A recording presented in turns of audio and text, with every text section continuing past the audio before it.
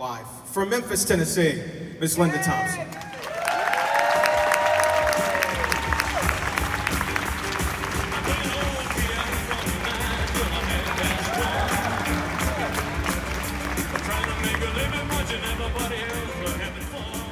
I haven't seen you since over there. Yeah, I'm glad. I was so worried she would hear that I played Trouble when she walked out. So I'm glad she didn't notice that. Well, you wouldn't have been wrong. Well, okay. I read your book.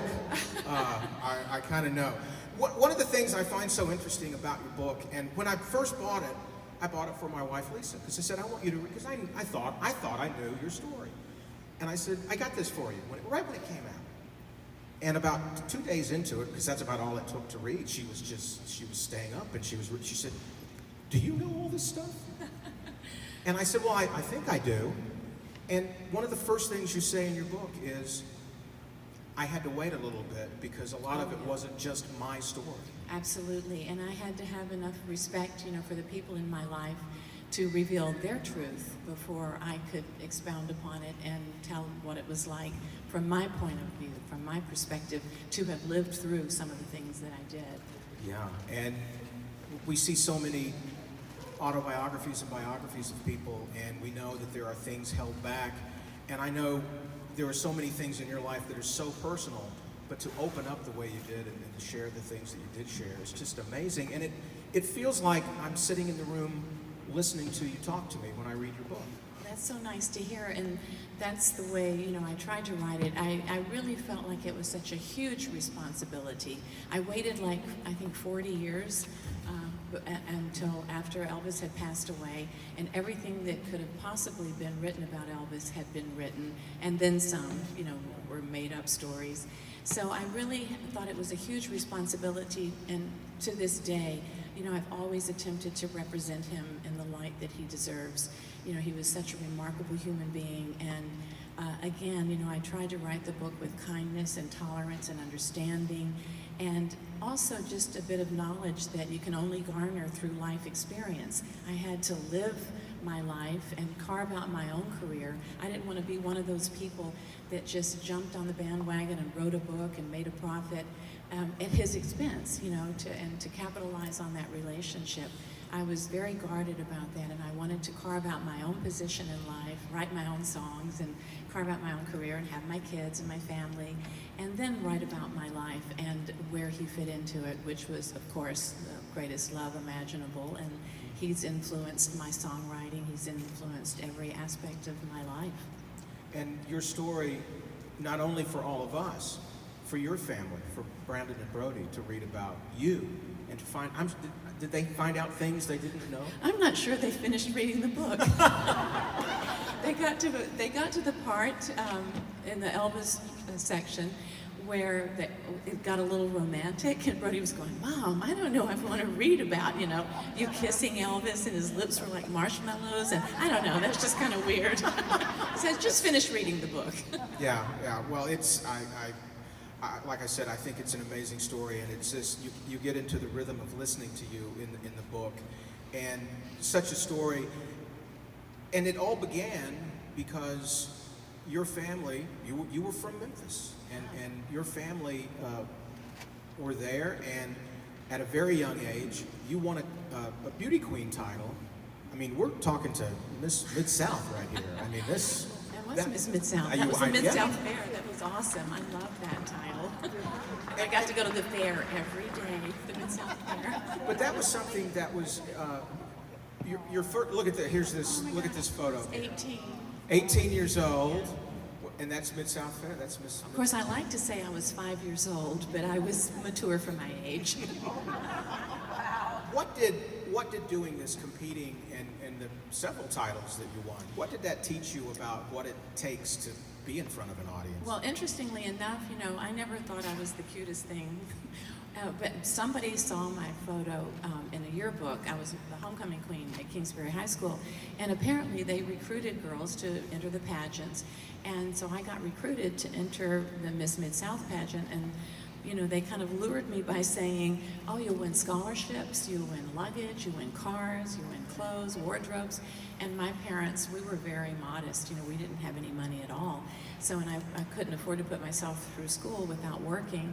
And it afforded me the opportunity to finish 4 years of university because I won scholarships, and I did win a couple of cars. In fact, I won a Chevrolet Vega that didn't have any air conditioning, and you know how it is in the South here.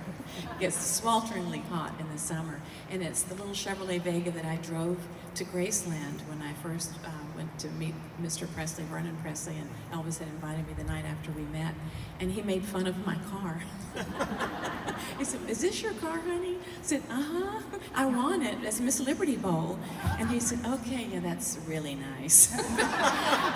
Congratulations on Miss Liberty Bowl anyway. And of course, shortly thereafter, he bought me a Lincoln Mark IV. Yeah, I was going to say that was first of several cars. Take us back. You talk about a meet cute, as they say in Hollywood. How did you meet Elvis for the very first time? Well, I was Miss Tennessee Universe. In fact, my chaperone, with a big quote, Pat Kerr, Tigert is here today. She's a darling woman. So Pat was the director of the Miss Tennessee Universe pageant, and I won that year and went down to San Juan, Puerto Rico, and my roommate was Miss Rhode Island, Jeannie LeMay, and we became best friends. And when we came back to Memphis, she decided she wanted to come to Memphis and meet my family and maybe think about moving there. And we were walking down the street one day, and Bill Browder, who you know is T.G. Shepherd, he changed his name to T.G. Shepherd and had a lot of #1 hits. So T.G. says, hey girls, come on and have lunch with us at Fridays. And then he said, do you want to meet Elvis? And Jeannie immediately said, yes. And I said, Jeannie, we have to work. You know, we had a gig, I'm sure, Pat, you remember this. We had a gig modeling as Miss Tennessee Universe and Miss Rhode Island Universe. And I said, Jeannie, we have to work. And she says, I'm not missing an opportunity to meet Elvis. We'll do it. We'll get substitutes. So we got my cousin Shelley and one of her friends to go and do the modeling gig for us, which was highly irresponsible. They were expecting Miss Tennessee and Miss Rhode Island, not cousin Shelley. So we got in a little bit of trouble. Pat, you've forgiven me by now, right? So we met Elvis, and I was standing in the lobby of the Memphian Theater. That he rented out the Memphian Theater at midnight, and I'm standing there talking to David Stanley, his stepbrother, and he bangs on the door, and everybody scurried, and they went to open the door, and he had this long flashlight, and he was flashing it around, saying, hey, who locked that door? This is the door I wanted to come in. Sorry, boss. Everybody was going, sorry, boss, we thought you were going to come in the front door. And he said, no, you got to anticipate better than that. And he was yelling at them and stuff. And the light shone on my face, and he goes, oh, hello there. His whole demeanor changed, and he became that charming Southern gentleman. He walked over to me, and he said, and who are you, honey? And David Stanley said, this is Miss Tennessee Universe, Linda Thompson, and this is her friend, Jeannie LeMay, Miss Rhode Island. And we just made a little small talk in the lobby, and he was very gentlemanly, very attentive. Then we went inside and sat down, and he sat in the middle row of the theater always, and they had a little TV tray always set up for him in the middle row, and they would have his Tipperillos and a Coca-Cola set up, and nobody dared to sit in that row or anywhere in front of him. I didn't know that at the time, but I sat, you know, several rows behind him with Jeannie, and he kept turning around to talk to me, and he was showing me some beautiful watch that he had, and just, you know, making small talk. And then he went, we would always go like this to roll the movie. The movie started, and he got up and tapped, George Klein had sat down next to me, and he tapped George on the shoulder and went like that. So George went back to the lobby, and Elvis apparently said, who is that? And George said this, who I was, and gave me a good word, I guess. So I felt someone plop down next to me, and I thought it was George. Oh, it's Elvis. And I said, oh, to what do we owe this honor? And I was kind of, you know, I was not intimidated. I thought he was married. I thought he was just being gracious. I wasn't flirting. I didn't think he would be flirty. And then he got very flirty, and I was very standoffish, and I said to Jeannie, we have to leave, you know, I'm not going to be a part of this. And he said, honey, you know I'm not married anymore, don't you? And I said, well, no, I didn't know that. How close can I get? No, he said, I'm not married anymore. Unfortunately, we split up around Christmas time, and I've been fully separated since January, and this was July 6th. And I said, well, I'm really sorry to hear that, but you know, you should have married a Southern girl. And I know you all understand that, because we who come from the South, it's a whole different culture. I was just saying, in fact, everyone here is so friendly, and I've lived in California for a very long time, and I love it out there. But it's so nice to be around Southern, genteel, wonderful, warm, hospitable people.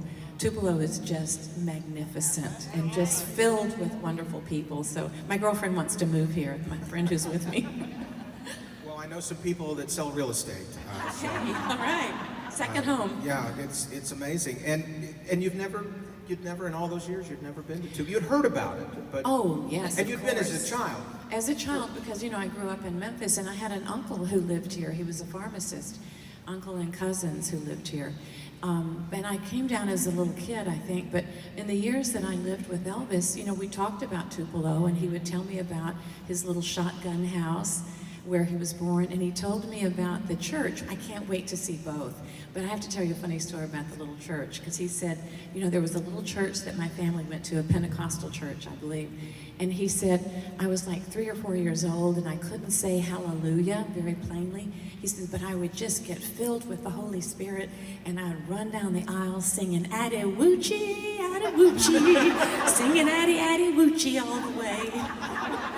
So I called him Adawuchi half the time, but he was such a lovely, you know, human person like that. Like he really felt everything very deeply. He remembered wonderful remembrances of his childhood like that, and the church and the house. And so I'm so excited to see the house, and thank you all for having me. I really appreciate it. We appreciate you being here, and the thing that I love about it is you really do see the roots. You understand where he came from. It's hard sometimes when you look at the cars and the jewelry and the mansion to remember the overall wearing little boy who lived in this town and was in no way on the right side of the tracks and what he was able to accomplish. Absolutely. And you talk in your book about those first few days that you guys did almost the equivalent of a year of courting. In about 2 or 3 days, you just became part of that world pretty quickly. And at this point, you're how old? 5. Yeah, 5, right?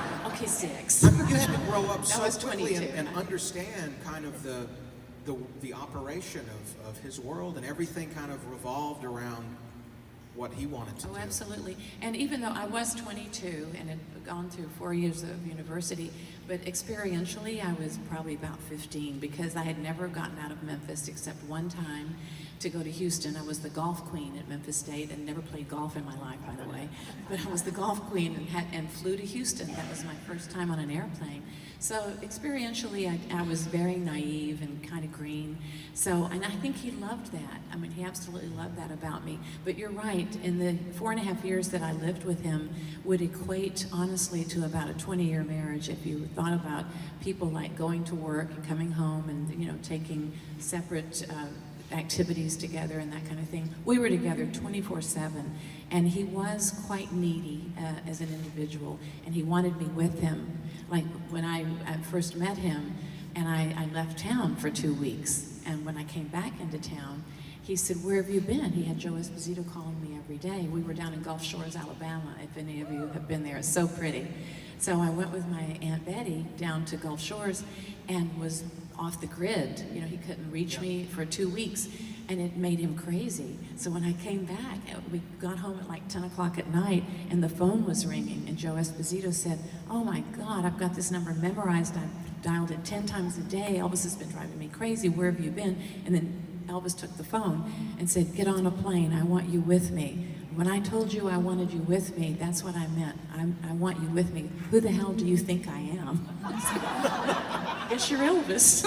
So you were playing hard to get without even knowing that's what you were doing. Yeah, because I had a plan to go with my Aunt Betty Sue to Gulf Shores, Alabama, so I stayed with that commitment.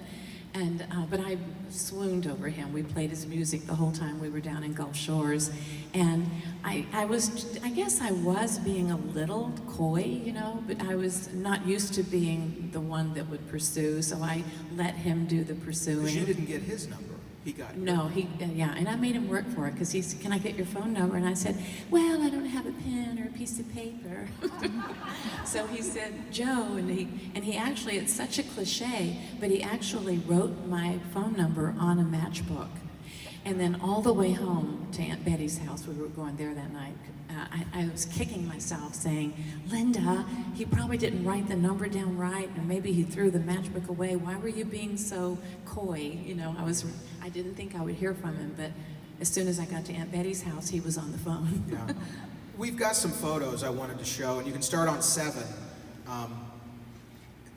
The two of you together, and I look and I see these, and I see what was the equivalent at the time of probably Instamatic photos in a lot of cases, personal photos, and then a lot of what we call now paparazzi photos of going into places and coming out of places, and a lot of things in A lot of fan photos. A lot of fan Thank photos. God for the fans. Yeah. Yeah, 'cause- But when you look and see that girl in that photo, what do you wish you could tell her now? Wear sunscreen.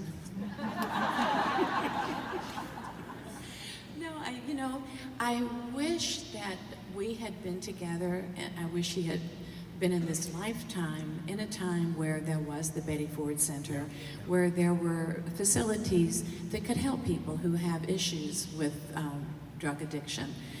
Even though Elvis was apple pie, mama, apple pie, all-American, paid his taxes across the board, never a deduction. He was such a pristine and amazing man of character and nobility.